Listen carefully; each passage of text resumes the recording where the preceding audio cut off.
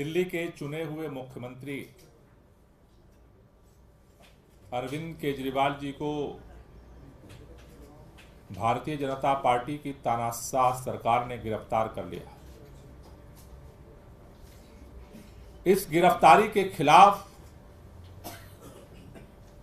दिल्ली के लोगों के दिलों में आक्रोश है। यहां तक कि भारतीय जनता पार्टी का कार्यकर्ता भी आज दबी जुबान से एक ही बात कह रहा है कि ये गिरफ्तारी गलत हुई है। पार्टियों के अंदर सत्ता पक्ष और विपक्ष में मतभेद होते हैं, लड़ाइयां होती हैं, लेकिन चुने हुए मुख्यमंत्री को गिरफ्तार करके तानाशाह सरकार ने जो संदेश दिया है कि हम किसी लोकतंत्र को नहीं मानते, इसके खिलाफ जब ईडी की टीम मुख्यमंत्री आवास पर पहुंची, लोग वहां इकट्ठा होना शुरू हुए।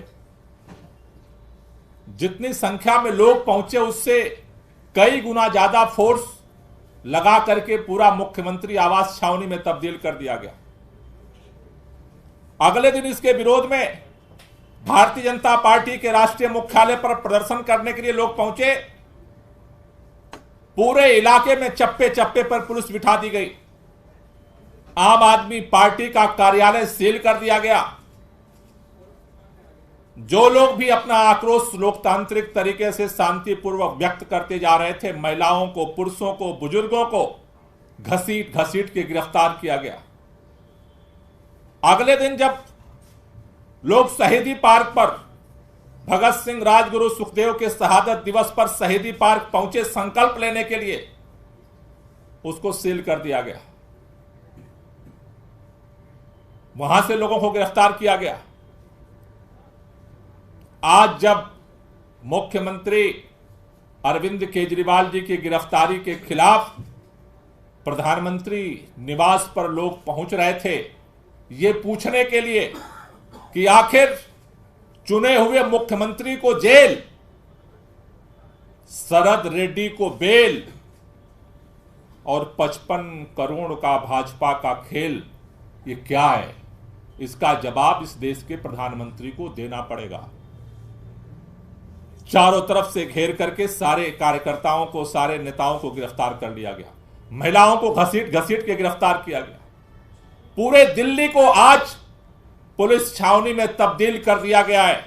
भारतीय जनता पार्टी के नेता, केंद्र की सरकार, केंद्र के मंत्री, देश के प्रधानमंत्री अगर ये सोचते हैं कि पुलिस की आड़ में हम छुप जाएंगे और हमें जवाब नहीं देना पड़ेगा, आंदोलन रुक जाएगा, गलतफहमी में है।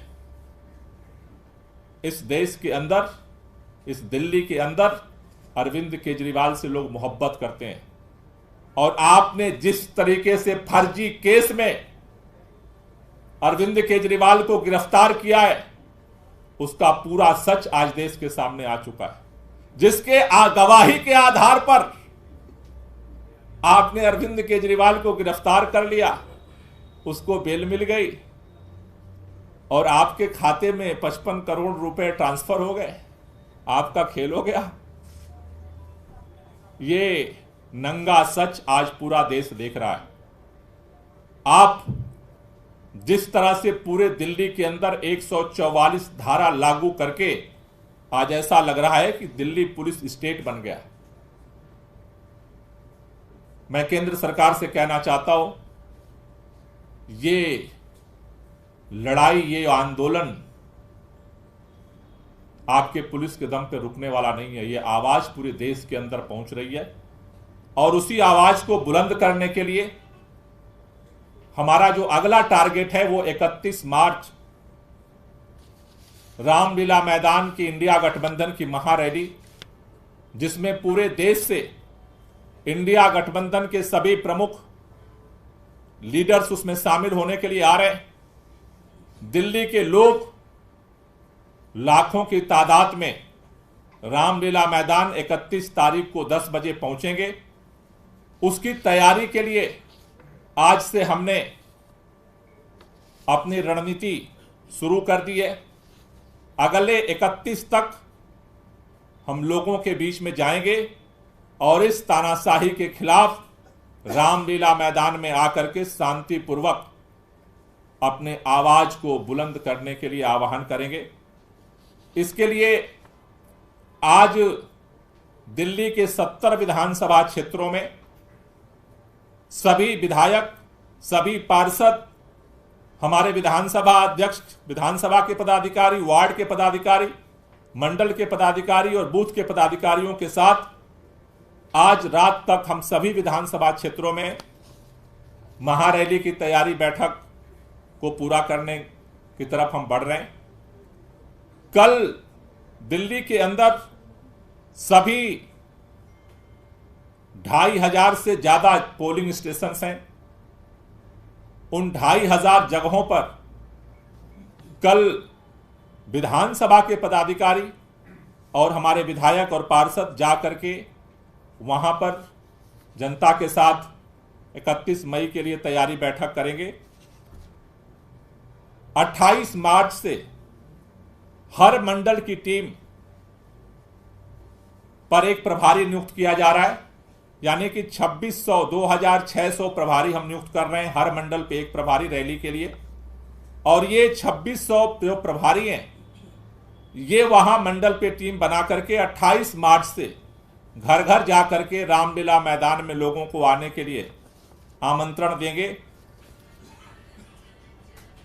साथ ही साथ दिल्ली के अंदर जितने छात्रों के, युवाओं के, मजदूरों के, किसानों के सामाजिक संगठन है, आरडब्ल्यूए हैं, व्यापारी संगठन है, उन सब लोगों को इस तानाशाही के खिलाफ लड़ाई में रामलीला पहुंचने के लिए इनविटेशन दिया जा रहा है।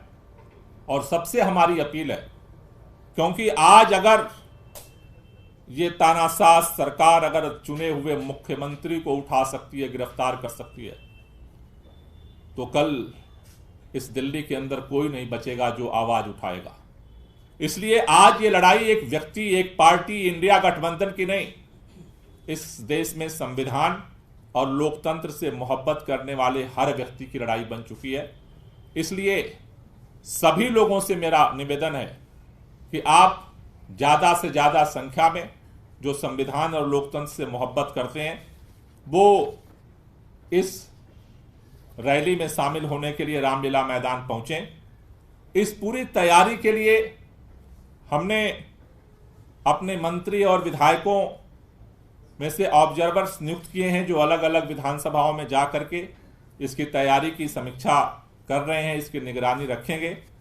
जो इसके लिए जिम्मेदारी दी गई है उसमें हमारे मंत्री सौरभ भारद्वाज, मंत्री इमरान हुसैन जी, मंत्री राजकुमार आनंद जी, हमारे प्रदेश के उपाध्यक्ष दिलीप पांडे जी, एमसीडी के प्रभारी दुर्गेश पाठक जी, हमारी मेयर शैली ओबेराय जी, हमारे प्रवक्ता संजीव झा जी, प्रदेश उपाध्यक्ष कुलदीप कुमार जी, प्रदेश उपाध्यक्ष ऋतुराज झा जी, प्रदेश उपाध्यक्ष जितेंद्र तोमर जी, हमारे विधायक मुकेश अहलावत जी, प्रदेश उपाध्यक्ष राजेश गुप्ता जी, हमारे साउथ से कैंडिडेट सहीराम पहलवान जी। इन लोगों को इस रैली की तैयारी के लिए ऑब्जर्वर्स नियुक्त किए गए हैं, जो इस पूरी तैयारी की ग्राउंड पे जो है इसको निगरानी करेंगे। और हमें भरोसा है कि इस बार 31 मार्च का दिन रामलीला मैदान के लिए एक ऐतिहासिक दिन होगा और रामलीला मैदान से इस तानाशाही के खिलाफ जो आवाज उठेगी, ये आवाज पूरे देश में पहुंचेगी। Thank you. कोई क्वेश्चन हो तो ले लीजिए। सीएम के 2 इंस्ट्रक्शंस आए हैं जेल से, और उसके बाद आज एक पब्लिक को एड्रेस करते हुए प्लानिंग सेक्रेटरी ने लेटर इशू किया है। आपको क्या मकसद लगता है, क्योंकि ये कहा जा रहा है कि एक रूमर फैलाया जा रहा है, जबकि सेवाएं रुकेंगी नहीं जो भी पब्लिक करते हैं। देखिए, कई तरह की बातें चल रही थी। अधिकारी ने नोट जारी किया है कि मुख्यमंत्री जी के जेल जाने के बावजूद सरकार चलती रहेगी वैसे ही जैसे चल रही थी, और जो भी जनता के काम है वो काम वैसे ही होते रहेंगे। सर, आज बीजेपी भी प्रोटेस्ट कर रही है, इस्तीफे की मांग कर रही है और दिल्ली सचिवालय के पास लगातार उनका प्रदर्शन जारी है। बीजेपी के आरोप पर क्या कहना है आपका? बीजेपी का क्या आरोप है? बीजेपी ने क्या आरोप लगाया? बीजेपी इस्तीफा मांग रही है। किसका? मुख्यमंत्री का। मुख्यमंत्री ने अभी विधानसभा के अंदर विश्वास मत हासिल किया था, तो मुख्यमंत्री के साथ तो पूरी विश्वास मत पूरी तरह से है। तो जिसके पास पूर्ण बहुमत हो और पूरा विश्वास मत हो, उसका इस्तीफा आज तक तो कभी हुआ नहीं। सर, एक बड़ा विवादित बयान सामने आया है। कांग्रेस पार्टी की प्रवक्ता है सुप्रिया श्रीनेत, उन्होंने जो लोकसभा उम्मीदवार हैं बीजेपी की कंगना रनौत, उनके बारे में एक टिप्पणी की है और जो एक खासा राजनीतिक विवाद का मुद्दा बन गया। हालांकि बाद में उन्होंने माफी भी मांगी और वो पोस्ट के लिए उन्होंने कहा कि किसी ने गलती से ये काम किया है। मेरे ख्याल से उन्होंने जवाब दे दिया है, उससे आगे तो उसमें कुछ बात समझ में नहीं आई। आपको लगता है कांग्रेस पार्टी को कार्रवाई करनी चाहिए अपनी प्रवक्ता के खिलाफ? मेरे ख्याल से उन्होंने अब जवाब दे दिया है जो। Okay, thank you.